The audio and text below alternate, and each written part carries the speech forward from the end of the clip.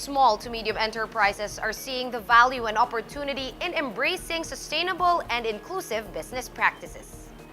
We see more and more businesses stepping up and recognizing their ability and power to change their communities for the better. In this episode, we get to see how even the smallest businesses can create a big social impact. Good evening, I'm Sean Yao, and this is Business Matters, where doing good is good business.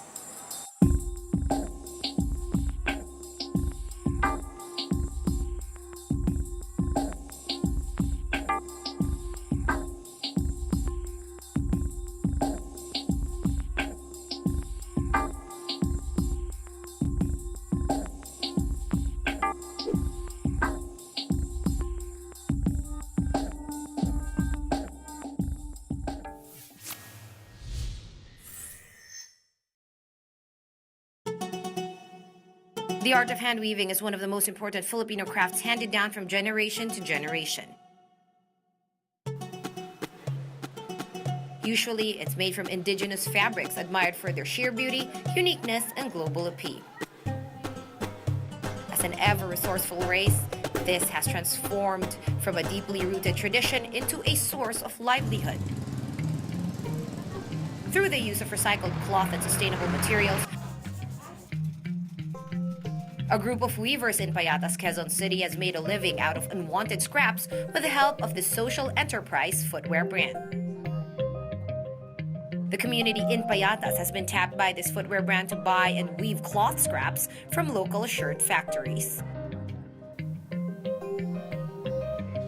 This footwear brand then in turn procures these woven products, increasing the wages of a weaver by as much as 400 to 1,300%.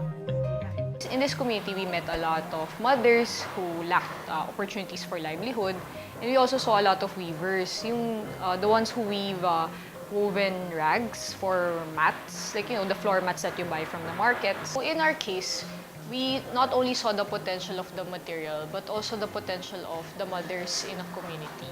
So as a social enterprise, you want to be able to empower communities, especially urban poor communities. 57-year-old Virgilio Estrada, or simply known as Kuya Hill in his community, has been a weaver for over 8 years. Strange as it may seem for a grown man to be interested in a craft that is closely associated with women, Kuya Hill has actively promoted in his community the potential of woven rags as a livelihood opportunity, mainly to housewives whose idle time at home can help augment their family's earnings. Nakita ko kasi marami yung mga nanay na marunong pero hindi pulido yung gawa. Gusto kong ipataas yung antas ng paggawa nila. Gusto kong tumaas yung kinikita nila kesa doon sa karaniwan na 950 lang. Sa akin, kaya mahalaga dahil nakakadagdag ng kita, tulong sa mga asawa nila. Ito po, ang basahan, sinusupply po namin ito sa hobby lang talaga. Ito yung ginagawang sapatos na Tapos, bali, ang bayad sa mga nani nito, 50 pesos. So, sa 1 kilo, nakaka5 peraso times 50. Jenna Pagpagitan, a mother of 3, is just one of the 7 active weavers in the Payatas community. Like Kuya Hill, weaving has always been an interest of hers. Better way of helping with her family's expenses than by using her passion and talent for weaving. Nakikita mo yung anak mo, susubaybayan mo, nalalagay pa nag-i-school, natuturuan mo pa siya habang kumikita ka. Pero yung anak mo, hindi mo alam kung mo nakapag-aral, hindi ka na-assign. So, hindi mo naman magagawa yung bagay kung hindi mo rin hilig gawin. So, siguro gusto ko lang din yung ginagawa ko. Kaya parang aside dun sa nag-i-enjoy ka na, kumikita ka pa. But more than business growth, this footwear brand also contributes positive social impact to its partner community. This is through livelihood opportunities to the mothers in the communities and further expanding their skills through trainings. What we do for the mothers is, aside from the financial aspect, which is of course, giving them livelihood, we also try to teach them on financial literacy so that they're wiser with the money that they earn. And also, we try to conduct some team building so that we can get closer as a community. We have an increasing number of unemployed, so it's only by way of having your own business, no matter how small it is, that will already provide you your own employment opportunity. So that's just the basic, I think, importance of having livelihood as our advocacy.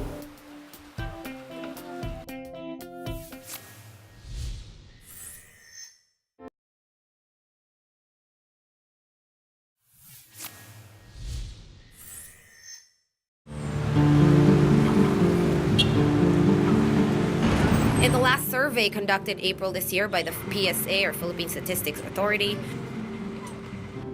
unemployment rate shows there are still over 2.5 million Filipinos unemployed. So, what do you do when there aren't any jobs in the market? Create one for yourself. Such is the principle behind livelihood projects. But to start your own business can be daunting, especially for ordinary members of the community. 2 years ago, the government passed the Go Negosyo Act that provided for the establishment of local centers dedicated to assisting ordinary Filipinos in making their own livelihood. So it's very important because right now we have an increasing number of unemployed. So it's only by way of having your own business, no matter how small it is, that will already provide you your own employment opportunity. So that's just the basic, I think, importance of having livelihood as our advocacy. Through what they call information sessions, community members are made aware of the nitty-gritty in putting up their own businesses, especially the laws that surround it. But more importantly, the DTI says that community members are trained to assess the market and realize the potential of resources that are at hand. This is really more of giving encouragement to those who are not into business yet, that pwede pala, even without even capital, you can start a business. So these are the classic examples of small becoming large, micro rather becoming small, small becoming medium. But of course, everybody needs a little push. And that's where social enterprises come in. So that means that you have also a responsibility to your other stakeholders within your chain. So ibig sabihin, yung concern is not only for your own business, but for the others as well, that will ultimately make your business sustainable and competitive. For this footwear brand, social enterprise makes up a large chunk of their operations. It is their partner communities who directly provides them with weave materials that they use for their products. They are currently working with 30 weavers who supply woven materials, doing away with middlemen and enabling them to profit more from their output. You must also be aware of what is your value chain. If you are in that particular business, you must also be able to provide support or assistance to the players in your value chain. As this footwear brand competes not only in the local but also in the foreign market, their partner community is not left behind, moving up along at the same time as the company does. Mas mabilis siya kasi kapag ang produkto ay gawang kamay, hindi gawang makina, mas gusto ng taga-ibang bansa. Kumbaga pinaghirapan, sabi nga labor of love products, yun, talagang gustong-gusto nila yun. And once the products receive global attention, community partners are also in a way taken to places they never imagined possible with scrap cloth.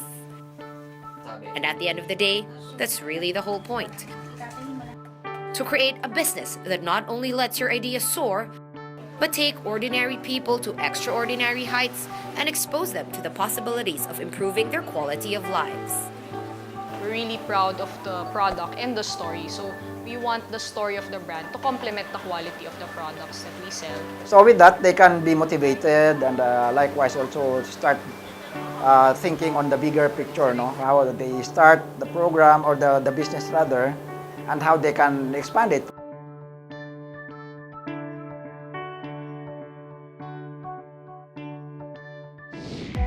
So So really, it's the idea of using businesses to help our young adults help themselves. So we don't give away anything for free. They pay for their own scholarships. They work for their own allowances. So, nakilala ko si Messi Bessie and pinaintindi niya sa akin kung ano ba yung kahalagan ng pag-aaral. Kailangan mo munang tulungan yung sarili mo bago mo matulungan yung mga magulang mo.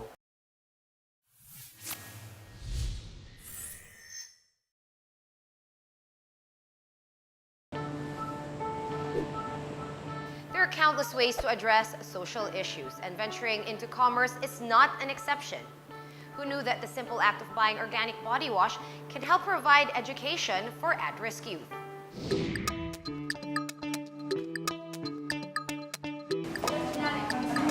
It takes a lot more than philanthropy to be able to put up a project that can help our youth provide for their own formal education.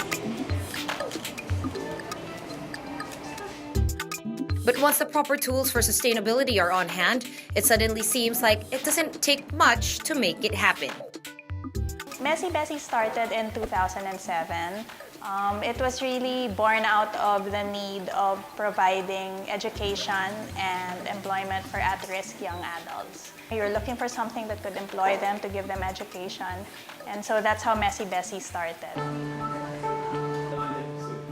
This humble office in Makati houses a business that manufactures and retails chemical-free home and personal care products. Messi Bessie is all natural, so we use only ingredients that are derived from nature. So obviously, because they're all natural, they're safer for us to use. It has no adverse effects on our health, and at the same time, it's better also for the environment. Their commitment to quality has proven that the products have been as successful as the programs they implement and the people working behind it. Apart from their contribution to the well-being of the environment, at the core of their company is a certain project called Helping Ourselves Through Sustainable Enterprises, or simply put, Project House. So really, it's the idea of using businesses to help our young adults help themselves. So we don't give away anything for free. They pay for their own scholarships. They work for their own allowances. So I think that is what's innovative about it. RJ Mabini currently works as an inventory clerk for the company, just one of the several tasks that he has tried taking on since joining in 2014. And his story and those of the other learners are constant reminders of why the company does what it does. Yung father ko po is tahu vendor. Nung gumraduate po ako ng high school, 2 years po ako na-stop because of the financial problem po. Noong una po, pumasok po sa isip ko, kailangan kong kumita ng pera. Hindi ko priority yung pag-aaral. Even with perseverance and hard work, most at-risk youth will still have the problem of having to choose between following a career path and helping provide for the family. So, nakilala ko si Messi Bessie and pinaintindi niya sa akin kung ano ba yung kahalagan ng pag-aaral. Kailangan mo munang tulungan yung sarili mo bago mo matulungan yung mga magulang mo. Sa group frequency. Each learner gets their tuition paid for at the start of every trimester. Serving as a loan, learners get to pay this back little by little through the hours they put in working for the company. Through the business, we're able to fund social programs that provide both formal and informal education, and also rehabilitation programs. Another great advantage they get working here while in college is the tutorial sessions that they can avail. I tutor, everyone here tutors. We do guidance counseling and all those other things, just to make sure that they finish and that they're motivated. Aside from all these, the company facilitates seminars and trainings as well that will help equip their learners with competitive knowledge of their chosen fields. Pangarap ko po kasi talaga is yung magkaroon ng permanent work. Gusto ko rin pong pagtapusin yung dalawa ko pong maliit na kapatid. Kaya binibigay ko po lahat ng best ko para ma-accomplish lahat ng binigay sa aking work. We're like a village here. So it's really a collaboration between myself, between their managers, between their parents. So for example, with their parents, we call them in every quarter. We discuss their progress with them. The managers, we keep them really involved. We also get volunteers. And then they're also graded, as I said. So that's a way for them to also constantly assess themselves and to assess their own goals, their personal goals, realize that, the future can really be brighter for them. Adding the whole aspect of a business to helping others and kind of fusing that is kind of challenging and also a creative way of solving the problems. Nakatatak sa isip ko na pag hindi ka college graduate, hanggang ganito ka lang. Doon ako natutong gumamit ng computer, mag-report sa harap ng tao. This program, they have not only a college diploma, which matters a lot in the Philippines, but also a resume that's really rich with actual work experience.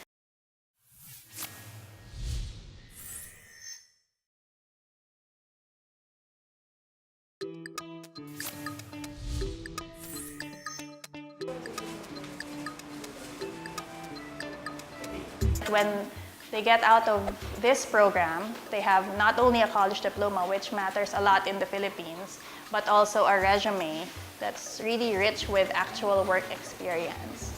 So they have those two, so hopefully get a job of their choice. So this is Angela. She's our first college graduate. So she graduated last October, cum laude.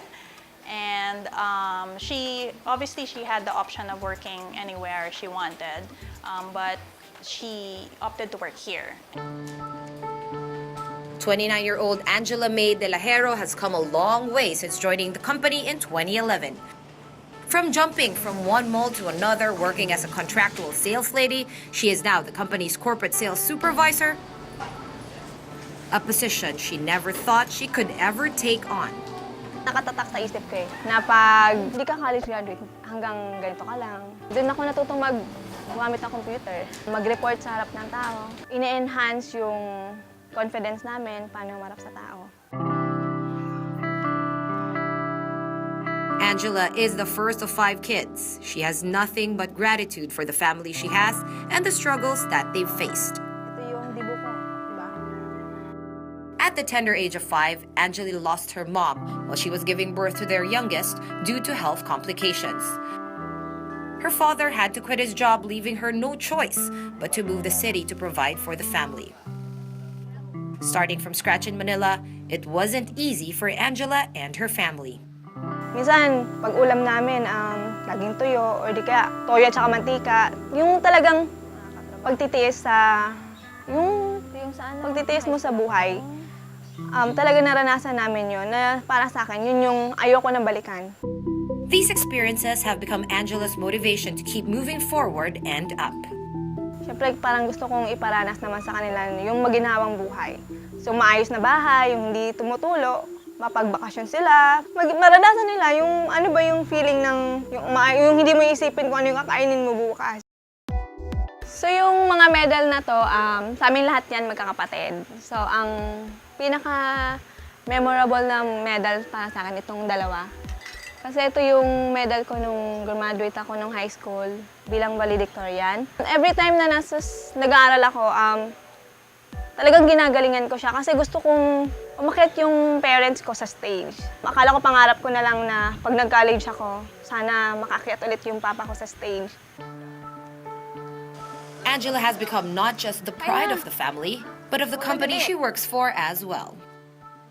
Malaki yung pagbabago kasi nakakaharap ako sa mga tao na may matataas na posisyon. Gusto kong itry yung best ko na maging manager someday. Kasi nasa supervisor na ako eh. So, kunting push na lang siguro. This turning point in her life is only the start of better things to come. She plans to take up another accountancy course and eventually become a certified public accountant. Gusto ko rin siyempre makatulong sa ibang young adult na kagaya ko, na may pangarap sa buhay, na gustong magbago.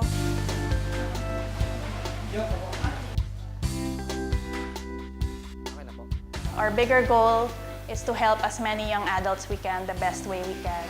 So that means growing Messy Bessie, but it also means replicating our program with other businesses. Other for-profit businesses have taken suit, and they're actually taking in young adults the way we do.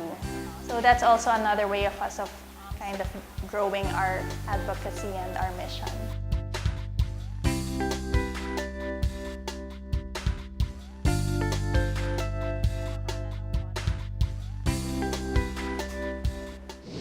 Job generation is only the first step in addressing poverty. To make sure that the problem is fully eradicated, government and the private sector must work hand in hand, as there's still a lot of work to be done and a lot of societal issues to be resolved. Do join us again next week as we share with you more stories of people and community whose lives have changed for the better.